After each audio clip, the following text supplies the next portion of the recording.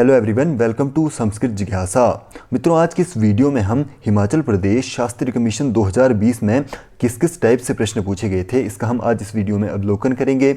और वीडियो बहुत ज़्यादा महत्वपूर्ण होने वाली है, इसलिए आप वीडियो के साथ लास्ट तक बने रहें। तो चलिए वीडियो को शुरू करते हैं। विद्यारम्भं करिष्यामि सिद्धिर्भवतु मे सदा। तो चलिए पहला प्रश्न देखते हैं। शकुंतला के विपरीत भाग्य को शांत करने के लिए महर्षि कण्व कहाँ जाते हैं? तो यह जो प्रश्न पूछा गया है यह अभिज्ञान शाकुंतलम से पूछा गया है। अभिज्ञान शाकुंतलम की साहित्य विधा नाटक है। किसकी कृति है? तो यह कालिदास की कृति है। चलिए बात करते हैं इस प्रसंग की, क्योंकि प्रसंग को समझना जरूरी है, तभी हम किसी भी प्रश्न को समझ पाते हैं। तो प्रसंग कुछ इस प्रकार से है कि महाभारत के अनुसार शकुंतला का जन्म विश्वामित्र और मेनका अप्सरा के द्वारा हुआ था। और मेनका अप्सरा उस कन्या को वन में छोड़कर चली गई थी। वन में शंकुतों यानी कि पक्षियों के द्वारा उस कन्या की हिंसक पशुओं से उसकी संरक्षण किया गया था। और पक्षियों के द्वारा उसको पालिता होने के कारण ही उसे शकुंतला नाम कहा जाता है, क्योंकि शकुंतभी पालिता इति शकुंतला। और वन से उसे महर्षि कण्व उठाकर अपने आश्रम में ले आए थे और उसी के ही ग्रहों की शांति के लिए कण्व सोमतीर्थ को गए हुए थे। तो इसमें आपका सही उत्तर हो जाएगा ऑप्शन नंबर डी यानी कि सोमतीर्थ। और बात करें इस नाटक में जो शकुंतला है वह किस किस कैरेक्टर को निभा रही है, तो इस नाटक में कण्व की धर्मपुत्री, क्योंकि जो पुत्री है यह विश्वामित्र की पुत्री है, परंतु धर्मपुत्री है कण्व की। और बात करें पत्नी तो यह दुष्यंत की पत्नी है। और सर्वदमन या भरत की यह माता है, तो उसे सर्वदमन भी कहा जाता है और कुछ लोग उसे भरत भी मानते हैं, यह आप जरूर याद रखें। तो चलिए अगला प्रश्न देखते हैं। या सृष्टि शिष्टुराद्या में विधाता की आद्य सृष्टि क्या है? तो यह जो सूक्ति है यह भी अभिज्ञान शाकुंतलम के मंगलाचरण से ली गई है। उसका मंगलाचरण कैसा है? आशीर्वादात्मक मंगलाचरण है, क्योंकि मंगलाचरण 3 प्रकार के होते हैं, जैसे आपको विदित भी है, नमस्कारात्मक, आशीर्वादात्मक और वस्तु निर्देशात्मक। और बात करें इसमें विधाता की आद्य सृष्टि कौन सी है, तो इसमें आद्य सृष्टि है जल। तो इसमें आपको ऑप्शन नंबर डी जो है इसका सही उत्तर हो जाएगा। अगला प्रश्न है। यम अधिक मनोज्याम वल्लके नापि तन्वी किसके विषय में कहा गया है? तो यह जो सूक्ति है यह ली गई है अभिज्ञान शाकुंतलम से। तो आप देख रहे हैं कि अभिज्ञान शाकुंतलम का यह तीसरा प्रश्न आपसे शास्त्रीय कमीशन में पूछा गया था। और यह किसके विषय में कही गई है? तो यह दुष्यंत ने शकुंतला के सौंदर्य या सुंदरता का वर्णन करते हुए यह पंक्ति कही थी। तो इसमें आपका सही उत्तर हो जाएगा शकुंतला। तो इसमें आपका ऑप्शन नंबर बी जो है सही उत्तर इस प्रश्न का हो जाएगा। अगला प्रश्न है। दुष्यंत के पुत्र का प्रथम नाम क्या था? तो पुत्र कौन है इसमें? तो सर्वदमन है। सर्वदमन के बाद उसे भरत, जो हमारे सबसे बड़े राजा हुए हैं भारतवर्ष के, तो यह भी उन्हें कहा जाता है। तो इसमें आपको ऑप्शन नंबर बी जो है सही उत्तर इसका हो जाएगा। अगला प्रश्न है। मिट्टी की गाड़ी शीर्षक से किस रूपक की रचना की गई थी? तो मिट्टी की गाड़ी आप समझ गए होंगे, मृच्छकटिकम का शाब्दिक अर्थ है मिट्टी का खिलौना या मिट्टी की गाड़ी। और बात करें यह किसकी कृति है? तो यह शूद्रक की कृति है। और 10 रूपकों में बात करें तो यह 10 रूपकों में, क्योंकि यह प्रश्न पूछा जाता है कि जो मृच्छकटिकम है वह 10 रूपकों में कौन सा रूपक है, तो यह एक प्रकर्ण रूपक है। और बात करें इसमें नायकी, तो नायक इसमें चारुदत्त है, नायिका इसमें वसंत सेना है। तो चलिए अगला प्रश्न देखते हैं। स्वप्न वासव दत्तम में स्वप्न दर्शन की घटना किस अंक में घटित होती है? तो स्वप्न वासव दत्तम किसकी कृति है? तो यह भास की कृति है। और बात करें इसमें स्वप्न दर्शन की घटना थी तो वह 5वें अंक में घटित हुई थी। और इसमें कितने अंक हैं? तो इसमें टोटल 6 अंक हैं। और बात करें इसमें नायकी, तो इसमें वत्सराज उदयन जो था इसमें नायक है, नायिका इसमें वासव दत्ता है। अगला प्रश्न है। चित्रदर्शन अंक किस नाटक से संबंधित है? तो चित्रदर्शन जो अंक है यह उत्तरामचरितम के पहले अंक को कहा जाता है, जिसपे हमने पहले भी आपको वीडियो दी हुई है, आप जरूर देखें, क्योंकि उसमें आपको मैक्सिमम उत्तरामचरितम से जो भी प्रश्न पूछे जाते हैं वह सब उसमें वर्णित किए गए हैं। तो उत्तरामचरितम में 7 अंक हैं, सातों के सातों अंक के अपने अपने नाम है। उनको कैसे आपने याद करना है वह हमने इस वीडियो में आपको बतलाया हुआ है।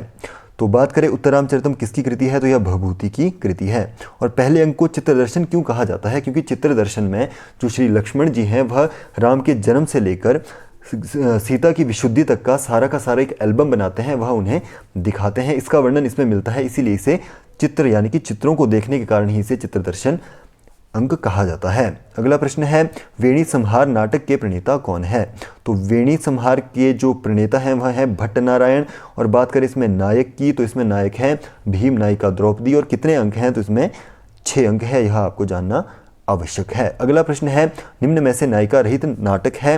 तो इनमें से जो मुद्रा राक्षसम है वह नायिका या किसी भी स्त्री पात्र से रहित एक नाट्य ग्रंथ है। और बात करें यह किसकी कृति है, तो यह विशाखा दत्त की कृति है। तो इसमें कोई भी स्त्री पात्र आपको देखने को नहीं मिलेगा, इसमें विदूषक भी आपको देखने को नहीं मिलेगा। अगला प्रश्न है, महाश्वेता नामक पात्र का चित्रण किस ग्रंथ में मिलता है। तो महाश्वेता नाम का जो पात्र है वह आपको देखने को मिलेगा कादंबरी में। और कादंबरी किसकी कृति है, तो यह बाणभट्ट की दूसरी कृति है। और जितना भी गद्य काव्य है, यानी कि जो कादंबरी है यह भी एक गद्य काव्य है, वह सबका सबके सब जो है वह बाणभट्ट का जूठा कहलाया जाता है, क्योंकि बाणोच्छिष्टम जगत सर्वम, जितना भी गद्य काव्य है वह किसका जूठा है, तो वह है बाणभट्ट का जूठा। अगला प्रश्न देखते हैं। अगला प्रश्न है, शुकनासोपदेश में वर्णित 4 अनर्थों में किसकी गणना नहीं होती है। तो बात करें शुकनासोपदेश की, तो यह बाणभट्ट के गद्य काव्य कादंबरी का ही एक अंश है। यह आप जरूर याद रखें, जो शुकनासोपदेश है यह कादंबरी का ही एक अंश है। अब बात करते हैं इसमें क्या क्या वर्णित है और क्यों इसे शुकनासोपदेश कहा जाता है। क्योंकि इसमें शुकनाश के माध्यम से चंद्रापीड़ को उसके राज्याभिषेक के समय दिए गए उपदेश इसमें वर्णित किए गए हैं। और इसमें 4 अनर्थों की बात हुई है, आप उन्हें जरूर पढ़ें। तो कौन कौन से, गर्भेश्वरत्व, अमानुष शक्तित्व, अभिनव यौवनत्व और चौथा था अप्रतिम रूपत्व। तो इसमें जो पटुत्व है यह 4 अनर्थों में नहीं आता, यानी कि अनर्थ या इसे दोष भी कहते हैं, यह आप जरूर याद रखें। तो इसमें आपको ऑप्शन नंबर बी जो है सही उत्तर इसका हो जाएगा। अगला प्रश्न है, शुकनासोपदेश के अनुसार अजल स्नान क्या है। तो अजल स्नान है इनमें से गुरुपदेश। तो इसमें आपको ऑप्शन नंबर ए जो है सही उत्तर इसका हो जाएगा। शुकनासोपदेश में हम पहले चर्चा कर चुके हैं। अगला प्रश्न है, कथा सरित सागर के लेखक कौन है। तो कथा सरित सागर के लेखक हैं सोमदेव। तो इसमें आपको ऑप्शन नंबर डी जो है सही उत्तर इसका हो जाएगा। अगला प्रश्न है, लब्ध प्रणाश का संबंध है। तो इस पर हमने बहुत बार चर्चा की है, क्योंकि पंचतंत्र में 5 तंत्र है, पंचानाम तंत्राणाम समाहारः इत्युक्ते। तो इसमें 5 तंत्र है, मित्रभेद, मित्रलाभ, काकुलुकीयम, और चौथा है इसमें लब्ध प्रणाश, और 5वां है अपरीक्षित कारक। तो इसमें जो चौथा कारक है वह है लब्ध प्रणाश, यानी कि इसमें आपको ऑप्शन नंबर सी जो है सही उत्तर इसका हो जाएगा। अगला प्रश्न है, आचार्य विश्वनाथ ने किसके काव्य लक्षण का खंडन किया है। सबसे पहले बात करते हैं विश्वनाथ की। तो विश्वनाथ का ग्रंथ है साहित्य दर्पण, जिनमें उन्होंने जो काव्य का लक्षण दिया था वाक्यम रसात्मकम काव्यम, और उन्होंने खंडन किया था इनमें से मम्मट के लक्षण का। मम्मट का जो लक्षण था इनमें से तद दोषौ शब्दार्थौ सगुणवनलंकृतौ पुनः क्वापि, तो यह मम्मट का लक्षण था, तो इसका इन्होंने खंडन किया था। तो इसमें आपको ऑप्शन नंबर डी जो है सही उत्तर इसका हो जाएगा।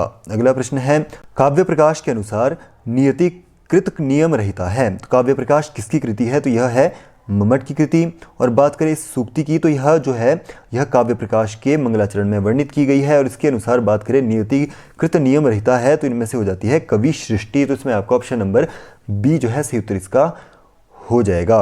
अगला प्रश्न है, कवित्व बीज रूप संस्कार विशेषा किसे कहा गया है इनमें से। तो इनमें से कहा गया है शक्ति को। तो इसमें आपको ऑप्शन नंबर डी जो है सही उत्तर इसका हो जाएगा। तो चलिए अगला प्रश्न देखते हैं, गंगायाम घोषा में शीतत्व और पावनत्व का बोध कराने वाली शब्द शक्ति है।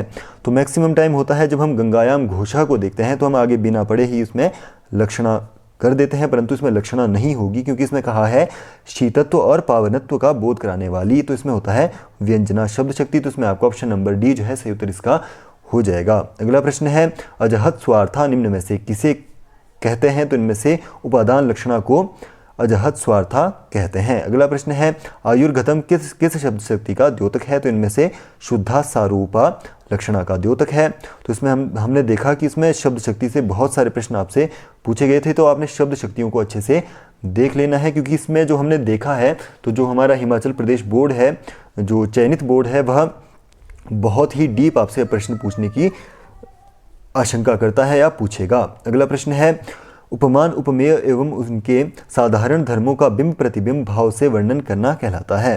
तो वह कहलाता है दृष्टांत अलंकार। तो दृष्टांत अलंकार भी 2 प्रकार के होते हैं, साधर्म्य दृष्टांत और वैधर्म्य दृष्टांत। अगला प्रश्न है, उपमेय का निषेध करके उपमान की स्थापना को कहते हैं। तो इस विषय में इसका लक्षण हम पढ़ते हैं, प्रकृतम प्रतिषिधि अन्य स्थापनम स्यात् अपहनुति। तो इसमें होता है अपहनुति अलंकार, और अपहनुति भी 2 प्रकार की होती है, शाब्दिक और आर्थी।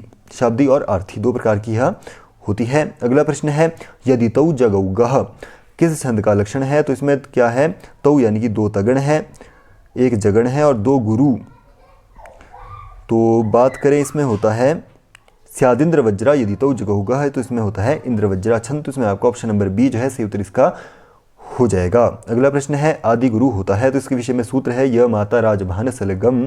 तो बात करें इसमें भा न स, तो इसमें भा जो है क्या दर्शा रहा है, हमें आदि गुरु का प्रतीक करवा रहा है। तो इसमें आपका ऑप्शन नंबर सी जो है सही उत्तर इसका हो जाएगा। मगन की बात करें तो या माता रा यानी कि इसमें तीनों के तीनों ही गुरु होंगे। नगण की बात करें तो या माता राज भान सल, तो इसमें तीनों के तीनों ही हमें लघु दिखते हैं। और यगण की बात करें तो य माता, तो इसमें आदि क्या है, तो इसमें आदि लघु है, दोनों बाकी गुरु हैं।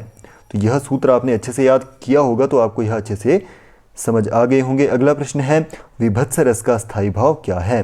तो इसका हमने पहले भी वर्णन अच्छे से किया है। रस संप्रदाय वाली वीडियो यदि आपने हमारी देखी है तो उसमें हमने बहुत ही सरल तरीके से रसों के भावों या उनके देवता हो, उनके वर्ण हो या उनके स्थायी भाव हो, तो उसका हमने अच्छे से इसमें अध्ययन किया था। आप उस वीडियो को जरूर देखें क्योंकि आपके लिए वह बहुत ही ज़्यादा इम्पॉर्टेंट वीडियो है।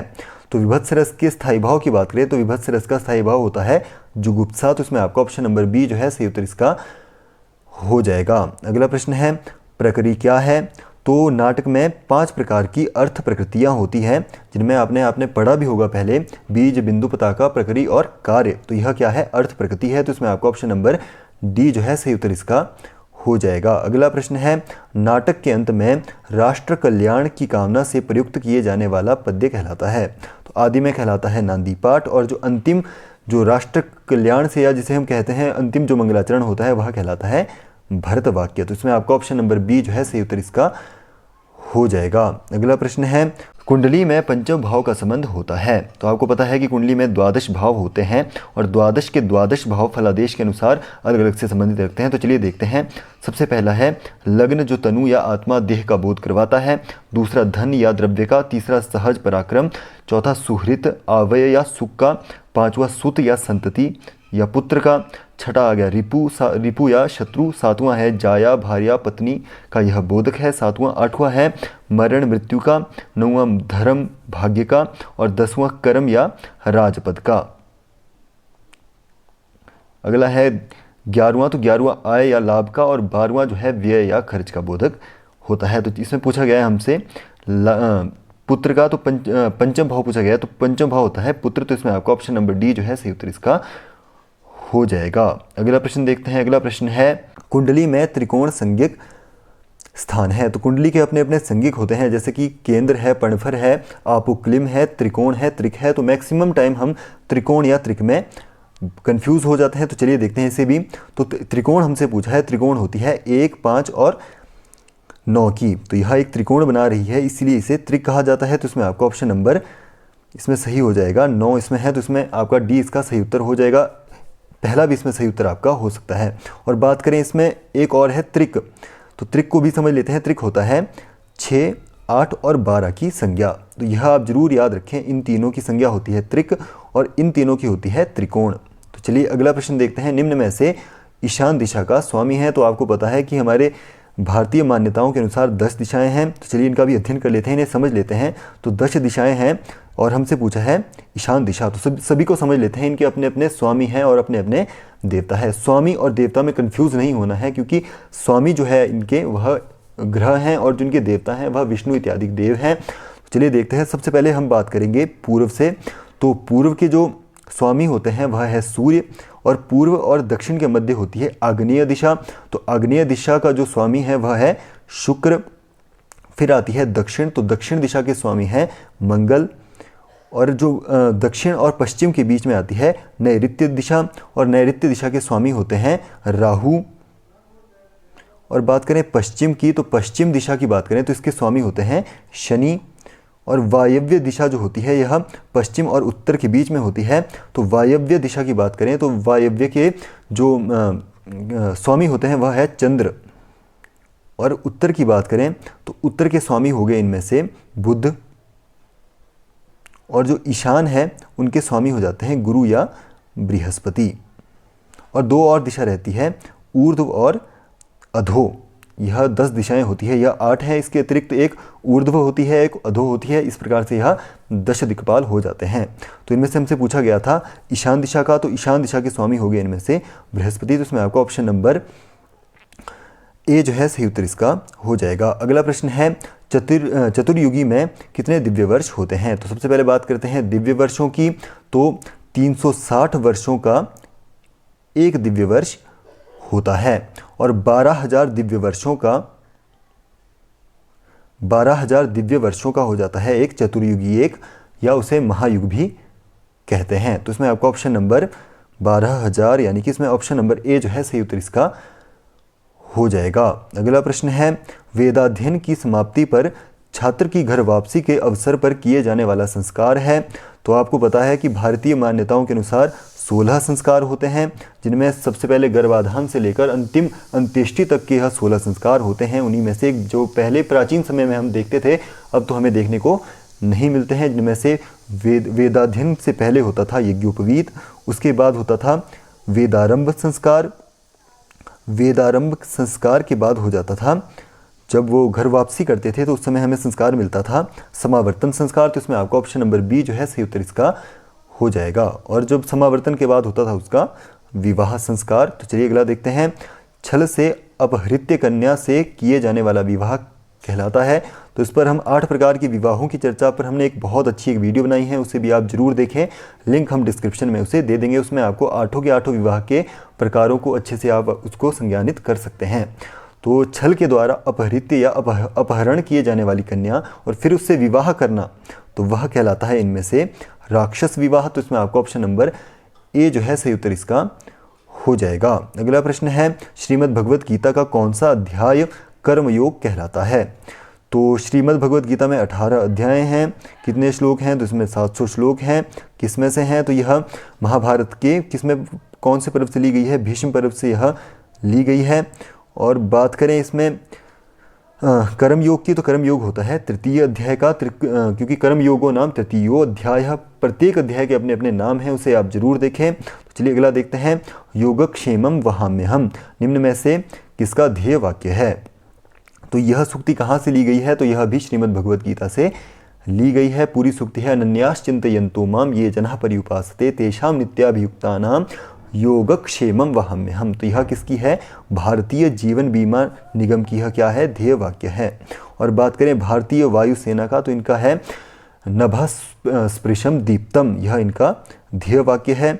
तो चलिए अगला देखते हैं। तो इसमें आपको ऑप्शन नंबर ए जो है सही उत्तर इसका हो जाता है। अगला प्रश्न है गायत्री मंत्र का संबंध किस देवता से है। तो गायत्री मंत्र का संबंध आ जाता है सविता देव से। तो इसमें आपको ऑप्शन नंबर डी जो है सही उत्तर इसका हो जाएगा। अगला प्रश्न है जलद कौन सा शब्द है। तो यह प्रश्न हिंदी से पूछा गया है। तो जलद कैसा शब्द है, यानी कि जल से जो उत्पन्न होता है, और उसी तरह जल से जो उत्पन्न होता है उसे क्या कहा जाता है, जलद। तो इसमें आपने एक मतलब मोटे तौर पर यह ध्यान रखना है कि जो भी शब्द खुद का ज्ञान ना करवाकर अपने अर्थ का ज्ञान विशेषतर करवाए या दूसरे अर्थ का ज्ञान करवाए, उसमें होते हैं योग रूढ़ी शब्द। जैसे कि पंकज शब्द है, तो जो कीचड़ में उत्पन्न होता है, तो उससे हम समझ जाते हैं कि पंकज है तो वह किस में उत्पन्न हुआ होगा, कीचड़ में उत्पन्न हुआ होगा। यह भी कैसा है, योग रूढ़ी शब्द है। अगला प्रश्न है प्रातः काल में उपसर्ग है। तो प्रातः काल में इसमें दिख गया होगा प्रपरादि जो उपसर्ग है, तो उसमें हो जाता है प्र उपसर्ग। अगला प्रश्न है खाल खींचकर भूसा भरना मुहावरे का अर्थ है। तो खाल खींचकर भूसा भरना इनमें से हो जाता है बहुत मारना, यानी कि इसमें आपको ऑप्शन नंबर ए जो है सही उत्तर इसमें हो जाएगा। अगला प्रश्न है प्रमुख का विलोम शब्द है। तो प्रमुख का विलोम शब्द है इनमें से गौण। तो इसमें आपको ऑप्शन नंबर बी जो है सही उत्तर इसमें हो जाएगा। तो आज के प्रश्नों का अवलोकन करें तो इसमें आपने देखा होगा कि जो आपसे प्रश्न पूछे गए हैं वह बहुत ही ज़्यादा डीप आपसे पूछे गए हैं। तो आपकी स्टडी कैसी होनी चाहिए इसमें हम चर्चा करते हैं। तो आपकी स्टडी जो है, किसी भी चीज़ को आप पढ़ें तो उसको बिल्कुल ही आपने अच्छे से एक एक पॉइंट को पढ़ना है। और क्या पढ़ना है, तो हमारे हिमाचल प्रदेश यूनिवर्सिटी का जो सिलेबस है उसमें जो जो पुस्तकें लगी हुई है वह आपने अच्छे से शास्त्रीय कमीशन की तैयारी के लिए पढ़नी है। तो उससे आपका शास्त्रीय कमीशन अच्छे से हो सकता है। जो संस्कृत का विषय है, अतिरिक्त में आपको सामान्य ज्ञान का भी अध्ययन करना होगा। तो इसका हम नेक्स्ट पार्ट भी बनाएंगे। तो आज की वीडियो में इतना ही, मिलते हैं अगली वीडियो में। तब तक के लिए धन्यवाद। आपको यदि वीडियो अच्छी लगी हो तो वीडियो को लाइक शेयर जरूर करें, सब्सक्राइब जरूर करें। मिलते हैं अगली वीडियो में, तब तक के लिए धन्यवाद।